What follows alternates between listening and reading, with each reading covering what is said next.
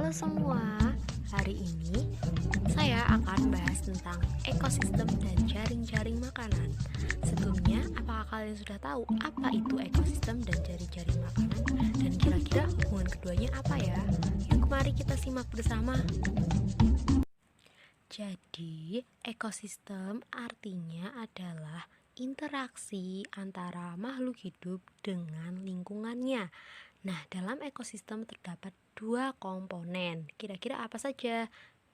Yang pertama adalah komponen biotik dan yang kedua komponen abiotik. Komponen biotik adalah berupa makhluk hidup, contohnya ikan, kucing, pohon.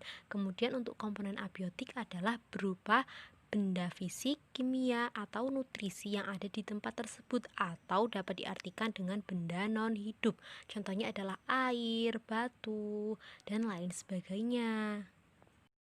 Nah, coba sebutkan komponen biotik dan abiotik pada ekosistem ini. Kira-kira yang termasuk komponen biotik apa saja? Betul, burung dan rumput. Kemudian, yang termasuk komponen abiotik adalah batu dan air. Ya. Nah, ini termasuk ekosistem di mana di dalamnya terdapat komponen biotik dan abiotik. Nah, tadi kan sudah dijelaskan bahwa ekosistem tersusun antara dua komponen, yaitu komponen biotik dan abiotik. Kemudian tadi juga sudah diberi contoh. Nah, berikut ini ada contoh ekosistem di hutan. Nah, kira-kira yang termasuk komponen biotik apa saja? Betul, hewan dan tumbuhan. Nah, hewannya di sini ada jerapah, singa, rusa, gajah, monyet, dan tumbuh-tumbuhan ini ada banyak ya. Ada pohon, ada tumbuhan-tumbuhan di bawah seperti rumput. Nah, kemudian yang termasuk komponen abiotik yang apa? Ayo, apa? Betul, tanah termasuk komponen abiotik.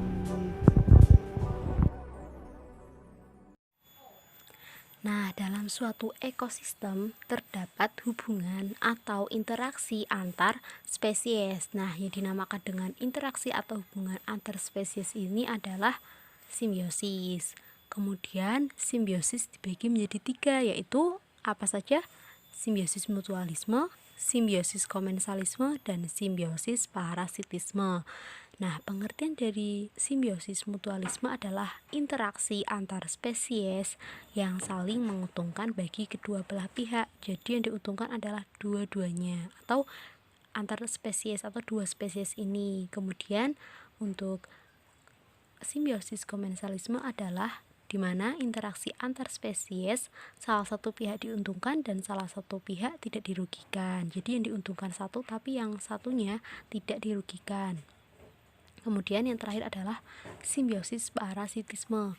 Simbiosis parasitisme adalah interaksi antar spesies di mana salah satu pihak dirugikan atau menjadi tempat parasit dan yang satu pihak diuntungkan. Jadi satu rugi, satu untung.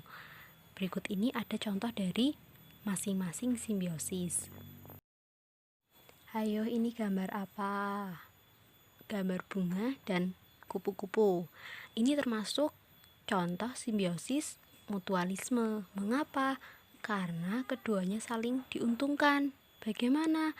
Nah, si bunga itu kan memiliki madu. Kupu-kupu membutuhkan makanan, yaitu berupa madu yang ada di dalam bunga tersebut. Nah, kemudian untuk si bunga, karena kupu-kupu menempelinya, maka secara tidak langsung serbuk sari yang ada pada bunga terbawa oleh kupu-kupu dan memudahkan bunga dalam melakukan penyerbukan. Seperti itu. Jadi ketika kupu-kupu menempeli bunga untuk menghisap madu, di sana nantinya serbuk sari pada bunga tertempel di kupu-kupu. Kemudian ketika kupu-kupu menempel di bunga lainnya yang kebetulan ada putiknya, maka akan mempercepat atau memudahkan bunga dalam melakukan penyerbukan. Seperti itu. Sehingga keduanya disebut dengan simbiosis mutualisme karena keduanya mendapat keuntungan atau diuntungkan dengan adanya interaksi. Seperti itu. Nah, ini yang kedua ada contoh ikan hiu dan ikan remora. Hubungan antara keduanya termasuk simbiosis komensalisme. Mengapa? Karena interaksi keduanya di mana salah satu pihak diuntungkan yaitu ikan remora dan salah satu pihak tidak dirugikan yaitu ikan hiu. Bagaimana? Karena di mana ikan remora mengikuti ikan hiu, dia akan mendapat perlindungan karena kemungkinan predator yang akan mangsa ikan remora akan takut dengan ikan hiu sehingga mereka tidak berani untuk memakan, mendekati bahkan. Nah, kemudian ikan remora juga mendapatkan makanan karena biasanya ketika ikan hiu makan terdapat sisa-sisa makanan. Jadi mendapat dua keuntungan yaitu mendapat perlindungan dan mendapat makanan. Sedangkan ikan hiu tidak dirugikan dan tidak diuntungkan. Jadi keduanya termasuk simbiosis komensalisme di mana salah satu pihak diuntungkan, salah satu pihak tidak dirugikan, yaitu pihak yang diuntungkan ikan remora dan yang tidak dirugikan adalah ikan hiu. Seperti itu. Lalu ini gambar yang ketiga adalah gambar antara tangan manusia dengan nyamuk. Kira-kira interaksi atau simbiosis dari keduanya termasuk simbiosis apa? Ya, betul, ini termasuk contoh simbiosis parasitisme di mana salah satu pihak dirugikan yaitu di sini adalah manusia karena diambil oleh darahnya oleh nyamuk, sedangkan nyamuk diuntungkan mendapat makanan yaitu darah kita, seperti itu.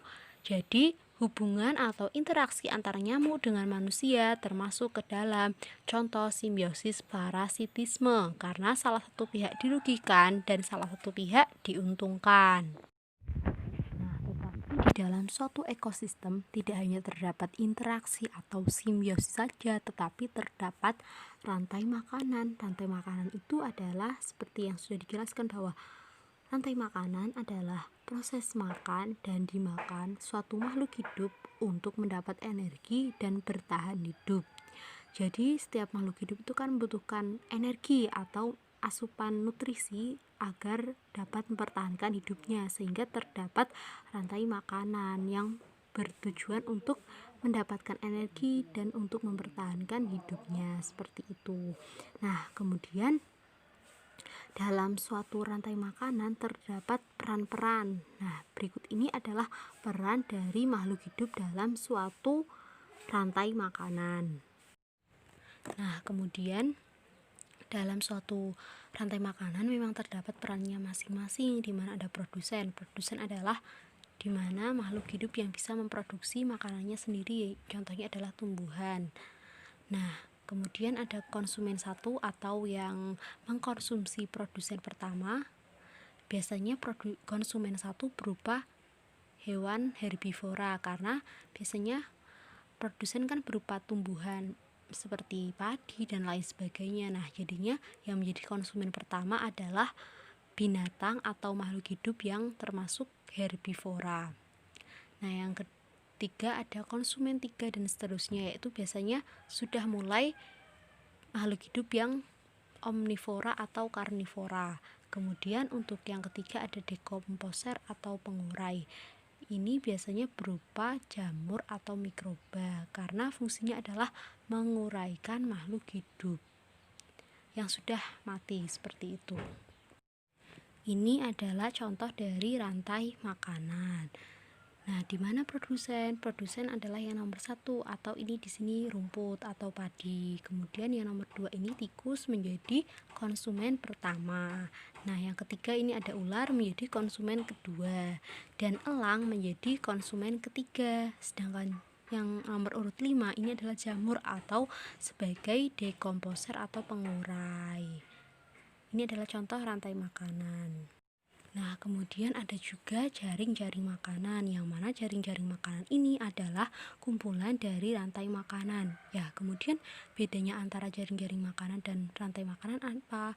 Kalau pada jaring-jaring makanan, satu organisme dapat memakan berbagai jenis organisme. Kalau dalam rantai makan kan satu organisme makan satu jenis organisme, sedangkan dalam jaring-jaring makanan mereka dapat makan dua jenis organisme, seperti itu. Nah, ini adalah contoh dari jaring-jaring makanan di mana di dalamnya terdapat kumpulan rantai-rantai makanan, dan juga satu organisme dapat memakan berbagai atau dua jenis organisme lain. Jadi dapat disimpulkan bahwa jaring-jaring makanan dan rantai makanan adalah bagian atau interaksi atau hubungan di dalam suatu ekosistem.